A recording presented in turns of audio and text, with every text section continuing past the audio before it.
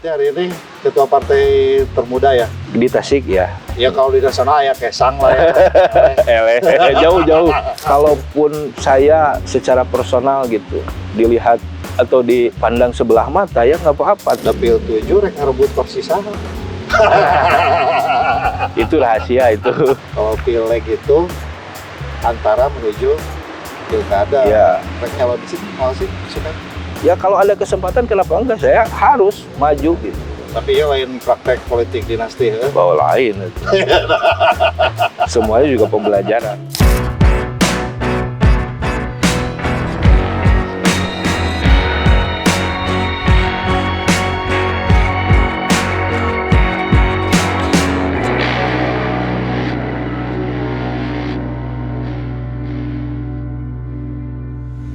Assalamualaikum warahmatullahi wabarakatuh. Baraya Priangan bersama saya, tokoh yang elected official ya, tokoh yang kalau secara official dia menjabat sebagai pejabat yang dipilih oleh rakyat. Yang kemarin diloloskan oleh MK di umur under 40. Ya. Di bawah 40 tahun. Beliau adalah Pak Asep, anggota DPRD Kabupaten Tasikmalaya, sekaligus Ketua DPD Partai Amanat Nasional, MPRAP. Menjabat kali kedua. Iya, di DPRD kali kedua. Berarti bageula pas diangkat pertama? 26 tahun. Jadi di umur 26 tahun jadi anggota DPRD pertama. Dulu gimana sih 26 tahun jadi anggota DPRD? Kan sekarang orang banyak meragukan ya, rame-rame MK ya. Sekarang banyak orang yang meragukan di umur sekian tuh emang udah mateng gitu. Iya, kalau kematangan kan tidak bisa diukur sama umur sebenarnya. Gitu, karena tapi ente oke 20 genep malah pati apal naon badan. Ya, tapi udah polos-polos teuing lah. Udah ngerti lah ya. Iya, itu udah pembelajaran gitu. Apalagi kan saya diberi nasib yang lebih baik dari yang lain gitu. Mempunyai orang tua yang di politik, jadi bisa melihat langsung contohnya gitu. Tapi ya lain praktek politik dinasti ya. Bawa lain itu. Semuanya juga pembelajaran. Ada proses. Ada proses. Tapi setuju kalau pejabat politik itu harus ada proses pematangan. Ya iyalah harus. Gitu. Ujug-ujug jadi wapres gitu. Itu mau ujug-ujug jadi ketua. Ujug-ujug jadi ketua partai kan dulu kan Kang Asep anak bupati. Apakah anak bupati itu cukup mempengaruhi maksudnya tuh? Gini, yang pertama kalau berdasarkan usia saya setuju gitu. Anak muda harus muncul. Nah, yang kedua kalau untuk penilaian politik itu tetap tergantung dengan kemampuan personalitinya gitu. Jadi nggak bisa diukur dengan ini anak siapa, ini anak siapa. Tetap harus bisanya. Nyambung oke menurutnya baheula jadi anggota DPRD diidentikan jeung bapana penawe udah bupati Tatang gitu. Iya, tapi kan ada proses. Gitu. Ada proses. Jadi tidak langsung gitu. Ujug-ujug kan saya juga dulu 2014 nyalon DPRD, tapi kan aktif di organisasi segala macam itu mulai dari kuliah. Oh jadi tuh ujug-ujug oge nya. Ujug-ujug. Kalau beres kuliah nyalon anggota DPRD. Ujug-ujug. Bapakna bupati. Jadi begitu kan ujug-ujug oge maksudnya ada latar belakang lah. Nah gitu, ada proses pembelajaran di sana gitu. Jadi kemampuan untuk menjadi seorang politisinya ada ujian lah gitu, ada perjalanan gitu. Soalnya menarik nih, Asep nih kan bro ya. Masih milenial lah. Ya, maksudnya sekarang kan masih di bawah 40 tahun. Iya. Dulu bapaknya bupati nyalon di PAN, jadi maksudnya relevan sih, ada relevan dengan isu yang sekarang beredar. Tapi kalau misalkan jadi anak presiden, ya Bang, digambarkan lah. Ya. Umurnya masih muda, pengalaman politik belum matang, ujuk-ujuk jadi capres atau cawapres, setuju tuh sih? Nah itu kalau memang secara kemampuan gitu, dia sudah punya pengalaman, ya saya nggak masalah sebenarnya. Gitu, setuju aja. Gitu. Oke, berarti hari ini udah periode kedua ya, berarti udah 9 tahunan lah ya di DPRD. 9 tahun. Di periode pertama waktu kasih unyu-unyu itu, naon sih di DPRD? Kumaha? Iya, memang banyak pembelajaran yang dilakukan gitu, berproses. Di periode pertama ya? Periode pertama gitu. Cuman kan yang jadi acuan pembelajaran itu bukan terkait pemahaman lagi, tapi terkait dengan sikap politik gitu. Nah itu perlu banyak belajar. Kenapa? Karena pengalaman beda dengan para senior yang sudah lama.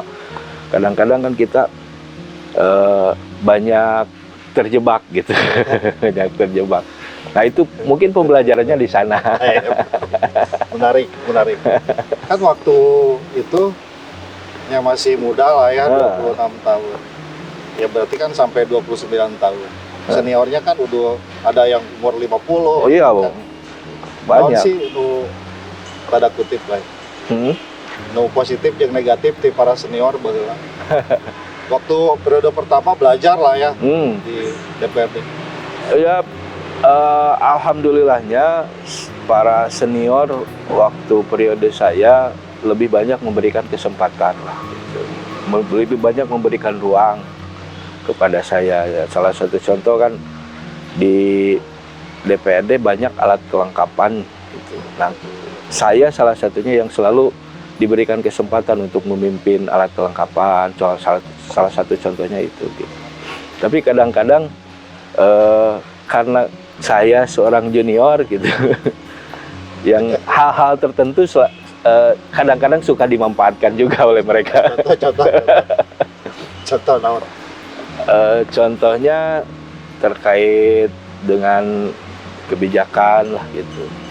Kebijakan ketika saya mengkritik suatu kebijakan, tapi ternyata itu kan dipakai deal gitu. Bukan gitu. Tapi ternyata ada kepentingan yang lebih besar ke mereka daripada saya gitu. Secara politik tapi gitu. Ya siap, ayo maju terus. Kritik itu soal kebijakan itu apa di tukangna manehna boga kepentingan gitu. Lah gitulah. Nah, itu pembelajaran itu yang paling penting gitu. Ya. Makanya kalau dihubungkan tadi dengan capres, ya kalau secara usia saya mendukung gitu. Tapi kalau secara nanti pergerakan politik, dinamika politik, saya kira itu lebih harus banyak dimantapkan gitu. Apakah dia benar-benar siap menghadapi itu atau tidak? Ya. Apalagi lebih tinggi, di puncak, badainya lebih besar. Nah, itulah. Gitu. Itu anginnya lebih besar. Kalau nggak sanggup ya. Ya kalau untuk lah ya. Kalau untuk daerah sih masih oke lah, masih fine gitu. Untuk bupati, gubernur gitu. Tapi kalau untuk presiden kan hantamannya juga bukan hanya dari dalam saja, gitu, tapi juga dari luar. Nah itu yang dikhawatirkan hanya itu saja. Ya. Tapi secara ya dalam perjalanan jadi anggota Dewan 2 periode lah ya, itu waktu itu ya cukup waktu ya untuk belajar tentu. Ya. Berarti akhirnya maju deh, karena kan ketua partai. Wajib itu mah. Ya kan, akhirnya maju deh wajib. Nah sebagai ketua partai PAN gitu. Berarti hari ini ketua partai termuda ya? Di Tasik ya. Di Tasik. Ya kalau di sana ya kesang lah ya. Jauh. Jawa ayeuna umur sabaraha? 37. 37, eleh ku kesang lah. Oh, jauh. Jauh banget. Tapi di antara ketua DPD PAN itu di Jawa Barat paling muda. Iya. Benar, paling muda. Sekarang kan punya tanggung jawab. Iya. Jadi ketua partai masih muda. Tanda kutip orang meragukan loh Iya, pasti. kemampuan politik Kang Asep ini dalam konteks besok pemilu. Sekarang berapa kursi sih? 5. 5. Minimal kan harus mempertahankan 5 kursi. Ya pasti, cuman kan kita itu organisasi partai gitu. Partai itu besar gitu. Dalam sejarahnya pun bisa dibilang partai itu pendiri negara. Jadi nggak bisa hanya dilihat oleh seorang ketuanya saja gitu. Seorang ketua hanya bertanggung jawab menjalankan proses organisasi gitu. Dan yang di dalamnya kan semua orang gitu, banyak orang-orang yang mungkin lebih dari saya gitu dalam partai itu. Tapi saya hanya bertugas bagaimana caranya memaksimalkan potensi yang ada di dalam itu, di dalam partai. Nah itu tugas saya. Jadi sebenarnya kalaupun saya secara personal gitu dilihat atau dipandang sebelah mata ya nggak apa-apa. Tapi kan di dalamnya gitu itu ada orang-orang yang bersama-sama berjuang membesarkan partai. Nah itu, saya hanya Simbol lah ya, simbol di dalam. bertanggung jawab menjalankan itu. Gitu. Ya, Jadi tapi kan percaya diri harus muncul. Maksudnya kan ya masih muda lah, gitu kan kudu membuktikan diri ayeuna Ya iya. pemilu. Nah ini Kudu kan membuktikan kalau anak muda ya mampu memimpin partai. iya, keberhasilan dari proses politik itu kan hasil. Gitu. Ya kita lihat nanti apakah apa yang saya laksanakan hari ini, apakah saya yang perjuangkan hari ini bakal berhasil nanti. Ya kita lihat. Nah itu ujiannya gitu. Nah saya pun konsentrasi hari ini gitu untuk mencapai target yang ditentukan bersama, bukan hanya saya yang menentukan. Targetnya emang seberapa kursi sih kan? Minimalnya saya ingin ada peningkatan 2 kali lipat lah gitu. Dapil 1 kan aya sekursi ya. Berarti yang belum itu dapil 7 jeung Dapil 2. dapil 2. Dapil 7 rek ngarebut kursi saha? Itu rahasia itu. Rek ngarebut kursi Golkar, PKB, PDI, Gerindra atau mana? Kan hitungannya begitu. Iya. Terakhir kemarin kursi terakhir PAN itu ranking berapa? PAN itu ranking ke-8 kemarin. Dari 7 kursi itu kita ranking ke-8. 8 dari 7 kursi. Kursi ke-7? Kursi ke-7-nya kursi kedua Gerindra. Kursi kedua Gerindra, berarti ya kudu ngarebut kursi Gerindra dong. Nuka 2. Iya, harapannya gitu. Tapi saya tetap konsen ke perolehan suaranya. Gitu. Kemarin itu dapil 7 itu kita punya modal 8.500 gitu. Sementara kalau sistem pemilu yang hari ini dijalankan gitu, rata-rata kan satu kursi aman tuh 10 sampai 15.000 lah gitu. Nah kita konsen ke sana aja. Siapapun nanti yang berkurang ya bukan urusan kita.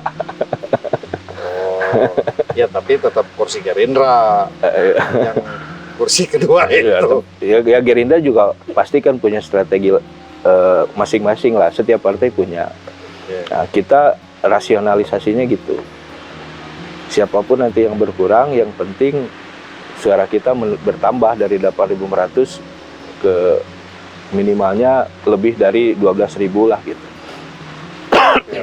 Dengan strategi ya strategi internalnya gitu. Kita fokus meningkatkan suara saja. Di mana basis suaranya ya kita gak fokus ke salah satu partai gitu. Ya. Oke. Berarti dapil 7 ya itu. Sama dapil 2. Dapil 2. Nah, dapil 2 lebih kan dulu ada ketua nah, iya, lebih tidak terlalu repot lah dapil 2 karena tugas saya hanya mengembalikan kursi yang sempat hilang gitu kemarin. Nah, kita sama apa? Sama PKS. PKS yang terjadi. Nah, kita fokus di sana. mengevaluasi di Dapil 2 itu dulu PAN ada. 2019 kemarin nggak ada. 2019 malah PKS yang ada kursi di sana. Jadi Gitu. ngerebut kursi PKS kalau di Dapil. Ya PAN itu berkompetisinya dengan PKS. Iya, kalau secara segmentasi ada kedekatan lah gitu di sana. Ya karena kan ya mau nggak mau lah kultur Muhammadiyah gitu kan lekat dengan PAN. Ya gitu. Saya evaluasi dari 2014 ke 2019 apa yang berkurang gitu, apa yang jadi masalah di sana. Nah, keluarkanlah solusinya terbaik untuk hari ini. Ya mudah-mudahan nanti 2024 kita bisa selamatkan kembali kursi yang sempat hilang. Ya minimal itu lah ya, karena ya kalau untuk nugget 2 kursi kan bukan mustahil. Maksudnya jauh lah ya, target tarik. Iya. Tapi ada yang saya masih berharap ada peningkatan yang berpeluang lah gitu. Berpeluang 2 kursi. Dapil mana? Di dapil saya contohnya, dapil 4. Ya. Kalau dibandingkan pemilu-pemilu sebelumnya gitu, saya banyak berjuang lah gitu. Berjuang keras untuk menyelamatkan kursi dapil 4. Tapi ternyata saya juga merasa bangga gitu dengan ketika kepemimpinan saya hari ini ternyata bukan malah jadi nggak ada. Ini calon malah makin bermunculan dan memiliki potensi yang besar gitu untuk meraih suara. Ya maksudnya kan mungkin dari sekarang juga terasa kalau lama atau dulu ya susah cari caleg gitu ya. Sekarang calegnya banyak dan potensial. Jadi adalah gitu harapan untuk ke peningkatan kursi. Tinggal pemetaan aja yang benar. Andai besok kan ini kan strategi antara. Kalau pileg itu antara menuju pilkada. Ya. Benar nggak? Benar. Rek calon di sini mau sih suka? Nanti, naonnya? Saya ditanya langsung gue. Kan meren akhirnya ajang pembuktian. Iya. Asep sebagai ketua partai yang masih muda. Bisa bawa kursi PAN jadi 7 aja, kan modal itu. Ya iya pasti, maksudnya itu jadi konsekuensi politik gitu. Konsekuensi politik saya jadi pimpinan partai gitu hari ini. Lalu saya berjuang keras meningkatkan kursinya, itu mah menjadi konsekuensi saya bahwa ke depan saya harus meningkat secara politik. Ya kalau ada kesempatan kenapa enggak, saya harus maju gitu di eksekutif, meneruskan tradisi aturan sebenarnya mah aturan tidak tertulis dalam politik. Jadi kudu maju di pilkada, harus maju, harus siap gitu ya, ketua partai lah meskipun ya mudah-mudahan gitu. Hitung-hitungan kumaha sampai hari ini masih percaya diri. Harus maju pilkada, harus maju gitu. Dan itu juga sudah jadi kesepakatan bersama, bukan saya. Di partai juga sudah disampaikan dalam rapat kerja gitu. Jadi ya saya harus menjalankan dong perintah partai. Kayaknya pinter jadi politisinya. Permintaan rakyat. Ini bukan saya mau, tapi kan ini rakyat meminta saya untuk maju. Saya selalu berpikir gini sebenarnya mah. Yang selalu saya sampaikan ya ke kader-kader gitu. Apa sih esensi berpolitik gitu? Kan esensi berpolitik itu kita harus bermanfaat untuk masyarakat, untuk orang lain lah gitu. Nah kalau kita ingin gitu, memberikan manfaat yang lebih, ya dalam sistem demokrasi kan sudah diatur. Ya berarti kita harus mempunyai kekuatan lebih juga. Gitu. Itu yang saya harapkan. Maka kalau nanti permintaan masyarakat mau itu mau ini, ya percuma kalau kita hanya bicara legislatif gitu. Kita harus punya kekuatan lebih. Sanggup nggak menciptakan semangat, menciptakan daya juang yang tinggi bahwa ke depan partai kita harus punya eksekutif gitu. Oke, jadi konsekuensi lah. Konsekuensi. Ya kudu lah nyalon jadi calon bupati, minimal wakil bupati Ya, lah ya. Ya sederhana gitu. Apa sih yang diajukan masyarakat hari ini? Infrastruktur sih, misalkan gitu.